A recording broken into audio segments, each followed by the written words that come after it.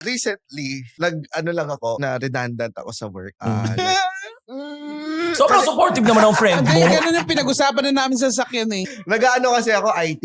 May day job ako na ginugugol. 14 years tapos sinasabay ko yung stand-up comedy tsaka yung podcast. So, may 6 a.m. to 3 p.m. akong trabaho. Pagka kailangan ko ng pagpunta sa may out of town na racket kami, maglilive ako sa office, sasabihin ko, oy, sakit, sakit. Oy, kawawa.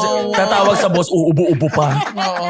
Never ko nagamit yung leave ko sa bakasyon. Mas Bihira. work pa For rin. work Bihira. din. For work din. So parang ganun lang din yung nagiging nakasanayan ko na.